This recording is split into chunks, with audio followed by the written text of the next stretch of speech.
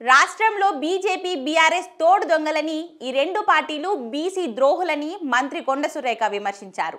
LOP Rahul Gandhi ఆలోచన మేరకు రాష్ట్రంలో బీసీలకు 42% రిజర్వేషన్లు ఇవ్వాలని అనుకున్నామని ఆమె తెలిపారు. ముఖ్యమంత్రి రేవంత్ రెడ్డి రెడ్డి బిడ్డ అయినప్పటికీ ఛాలెంజ్గా తీసుకొని బిల్లును తీసుకొచ్చారని ఆమె చెప్పారు. బీసీ బంద్ను పురస్కరించుకొని ఆమె భారీ ర్యాలీ నిర్వహించారు. ఈ సందర్భంగా మంత్రి కొండ సురేఖ మాట్లాడుతూ బీసీల సంక్షేమం కోసం ఆర్డినెన్స్ తెచ్చి అసెంబ్లీలో బిల్లు ఆమోదింపజేశామని, అసెంబ్లీలో బీసీ బిల్లుకు మద్దతు తెలిపిన బీజేపీ గవర్నర్ ఆమోదం తెలపకుండా అక్కడ అడ్డుకుంటూ దొంగాట ఆట ఆడుతున్నారని ఆమె ఆరోపించారు. రాష్ట్ర గవర్నర్ ఒక సంతకం పెట్టి బీసీ బిల్లుకి ఆమోదం తెలిపి ఉంటే ఎక్కడ సమస్య వచ్చేది కాదని, రాష్ట్రంలో ఈరోజు సజావుగా స్థానిక సంస్థల ఎన్నికలు జరిగేవని, బీజేపీ డ్రామా వల్ల బీసీల ఆశలన్నీ అడియాశలయ్యాయని కొండ సురేఖ ఆవేదన వ్యక్తం చేశారు.